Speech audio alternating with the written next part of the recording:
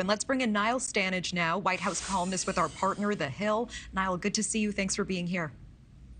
Good to see you, Natasha. So, Niall, first of all, we were just talking about this, reports about the grand jury meeting this week in Fulton County, Georgia. It is not exactly a surprise, but if they are hearing testimony on Tuesday, when should we expect an announcement on whether Mr. Trump is indicted or not?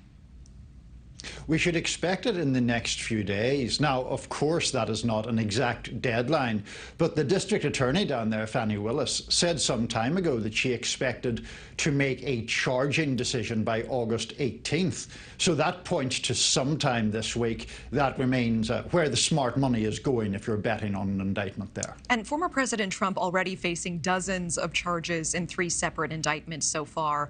At what point is this too much for voters? Well, I mean, there's a couple of different ways of looking at that. One is, do voters become desensitized to these indictments as they go on? But the flip side, or the contrary interpretation is there a certain point at which voters believe that the aggregation of these criminal charges points to wrongdoing, or maybe for moderate Republicans, gives them some pause about nominating Mr. Trump?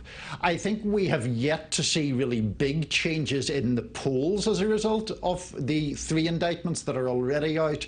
Georgia is a little different, certainly legally speaking, but I'm not so convinced it'd be different politically speaking. Okay, let's talk about the Iowa State Fair. How are we seeing these candidates trying to differentiate themselves? I thought you were going to ask me about the food, Natasha. How are they going to... I mean, I think that what we're seeing is really the field defining itself in relation to former President Trump.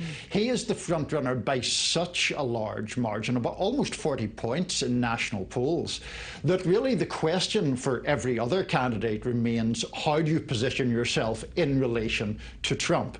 So Ron DeSantis, for example, the Florida governor, has been, I think, put in a little bit more space between him and the former president than he has been doing up to now, but he's clearly not going as frontally or aggressively against Trump as, say, a candidate like Chris Christie, who I don't believe went to Iowa, but is running very much in the full-on anti-Trump league. Yeah, as you said, Chris Christie, the only major Republican hopeful not to attend the Iowa State Fair. He was in New Hampshire instead this week. But Niall Stanage, always appreciate the perspective and time. Thank you.